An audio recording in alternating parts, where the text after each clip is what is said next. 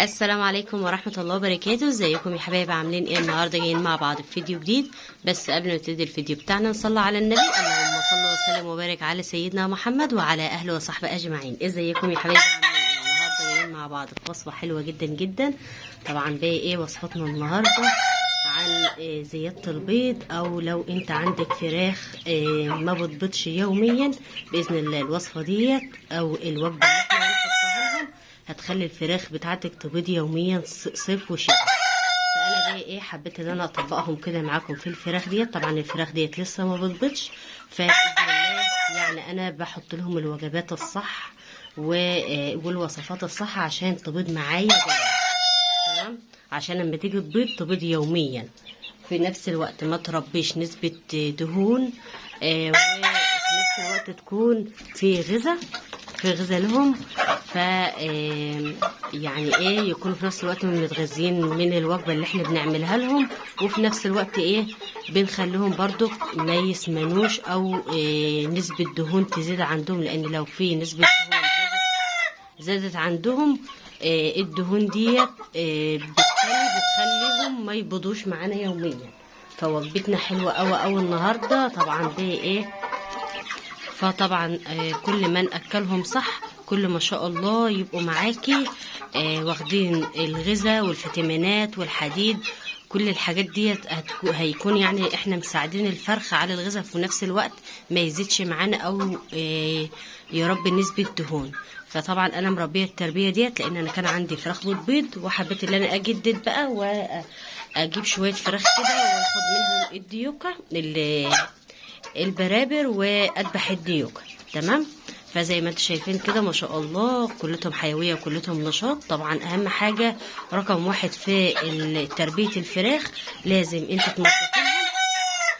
انت تنضف لهم وتهتم بهم. هتلاقيهم ما شاء الله معاكي تربيه ناجحه وزي الفل ما شاء الله اللهم بارك. طبعا دولت معايا 30 فرخ ما شاء الله، ما ماتش مني ولا فرخ. فما شاء الله كلتهم حلوين جدا جدا وكلتهم حيويه ونشاط. وزي ما انتم شايفين كده هو طبعا الفراخ بتتكلم عن نفسها. فطبعا بقى ايه زي ما انا بقول لك الاهتمام بالنظافه والاهتمام بغسيل السقايه. لازم تغسلي السقايه لان السقايه دي لما بيجوا يشربوا بيعملوا نسبه رمرمه كده في الميه، بالتالي كده بتسبب لهم امراض لا قدر الله، بتسبب لهم ميكروب. فلازم نهتم بالفراخ بتاعتنا ونهتم بالنظافه ونهتم برضه بالتهويه. انا طبعا عندي الشباك ده بقفله من بالليل، وطبعا بسيب بس ضلفه الشباك دي مفتوحه بتدخل لهم هوا كده وتغير لهم الميكروب، او لو في الجو فيه ميكروب ولا حاجه بتغير لهم ايه الجو، بتدخل لهم نسبه هوا كده نظيفه. وزي ما انتم شايفين كده طبعا ازاي هنخلي الفراخ بتاعتنا تبيض وفي نفس الوقت ما تربيش نسبة دهون، وفي نفس الوقت يبيضوا معانا على طول.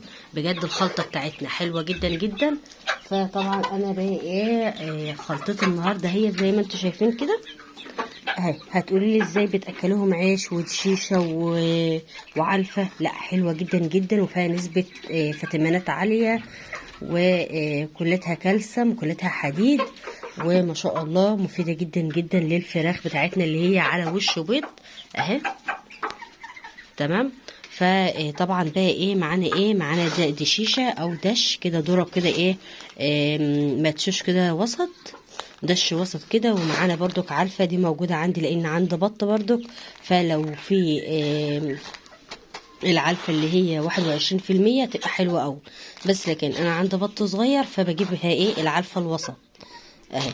ومعايا بقى عيش كده جايباه من عيش كده عندي كده رغيفين كده، وبدات اللي انا كسرته. ولو انت بقى هتقولي اكسره ازاي، في طريقه حلوه جدا جدا. فممكنك تجيبي رغيفين عيش تحطهم في الفريزر، وبعد كده تسيبوهم بس اما لحد ما تلاقيهم نشفوا معاكي، تبتدي انت تطلعيهم على طول وتكسريهم، هيتكسروا معاكي في ساعتها تمام. هبتدي بقى الخلطه دي حلوه جدا جدا. طبعا لو انت اول حاجه لو انت منعتي العلفه، انا برضو بس هقلبها معاكم كده عشان اقول لكم برضو فايده الدش وفايده العيش معانا فحلوه جدا جدا.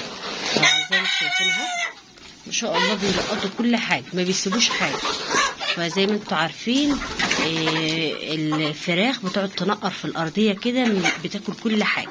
انا طبعا انا بحط الطبق، بس انا عشان بصور معاكم بحذف لهم كده ما شاء الله عشان اوريكم، لان طبعا لو حطيت الطبق بيتكوموا عليه. فما شاء الله العلفه والدشيشه والعيش حلوه جدا جدا. الخميره فيها نسبه خميره بتنظف بطنهم، وفي نفس الوقت بتغذيهم، وحلوه جدا جدا، وبتخليهم ترمي معاهم لحم. وما شاء الله بتخلي تلاقي الفرخ مليان لحم كده وناشف، مش كله دهن وكده. تمام. والذره حلوه جدا جدا، بيسمنهم ما شاء الله، بيخلوهم يكبروا معاك على طول، وبيخلوهم يبيضوا على طول. والعلفه طبعا العلفه ديت اساسها وهم صغيرين، اما بيكبروا بقى بيبتدوا بقى ايه ممكن واحده تقول لك ايه بكفايه علفه، احنا ناكلهم علفه لحد دلوقتي فطبعا ده غلط. فاحنا دلوقتي لو منعنا العلفه مش هيبيضوا يوميا، لكن لو انت خصصتي لك طبق او علبه تبتدي تحط جزء من ده شويه ومن ده شويه ومن ده شويه، تلاقي معاكي توفير في نفس الوقت في العلف، لان العلف غالي برضه. وفي نفس الوقت بتخلي الفراخ عندك تبيض، لان طبعا البيض دلوقتي ما شاء الله مرتفع وسعره عالي قوي. يعني البيض دلوقتي ب6 جنيه و7 جنيه. فانت لو جيتي تشتري 3-4 بيضات شوفي هيكلفوك ايه. لكن انت عملت الكميه ديت لهم يوميا مش هيكلفوك حاجه، هتلاقي انت الكسبان. تمام. فبقول اللي انا بقى ايه اهو. فما شاء الله العلفه حلوه جدا جدا، ما تستخسريش في الفراخك، لان هم هيبيضوا عندك. لكن انت لو حطيت علبه حوالي ربع كيلو او نص كيلو حسب الكميه اللي عندك الفراخ، هتاكلوهم يومين، هتيجي تبصي انت الكسبانه. يعني لو انت عندك 10 برابر 15 بربره هيبيضوا لك 15 بيضه. شوفوا ال15 بيضه احسبيها ضربها كده في 7 او في 6 هتلاقيها مبلغ وقدره. فانت الكسبانه وانت المربحه. تمام. وكل حاجه وما تكون حاجه في بيتك، والبيضه البلدي احسن من البيضه اللي هي الوزاره والحاجات دي. يعني كلها غذاء وكلها فيتامينات لاطفالك لاولادك ليكي انت للكبار للصغيرين. فما شاء الله حلوه جدا جدا، وحاجه في بيتك بجد يعني توفير جامد. فانا انصحك زي ما انت شايفه كده الوجبه ديت حلوه جدا جدا. وزائد ايه برضك عايزه اعرفكم برضك، احطها لهم كده. زائد برضك ممكن بعد يوم تحط لهم الاكل البواقي عندك، خضرة عندك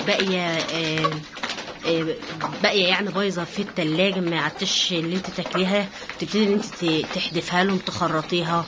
جرجير، كرات مصري، الحاجات ديت حلوه جدا جدا، كلها فيها نسبه حديد عاليه، فهتخلي معاكي الفراخ ما شاء الله هتبيض معاكي يوميا، وهتخليهم بصحه جيده. فخليكي كده معايا في الوصفات باذن الله هتعجبك جدا جدا. فزي ما انت شايفه كده هتيجي تبصي هتلاقي يعني انت اللي كسبانه، انت اللي. لكن لو انت زي ما انا بقول لك كده لو اشتريتوا بيض من بره هيبقى مبلغ وقدره، وفي نفس الوقت كل حاجة خير في بيتنا. وزي ما انت شايف كده ما شاء الله بجد وجبة حلوة جدا جدا صحية، وفي نفس الوقت هتخليهم ياكلوا على طول وما شاء الله.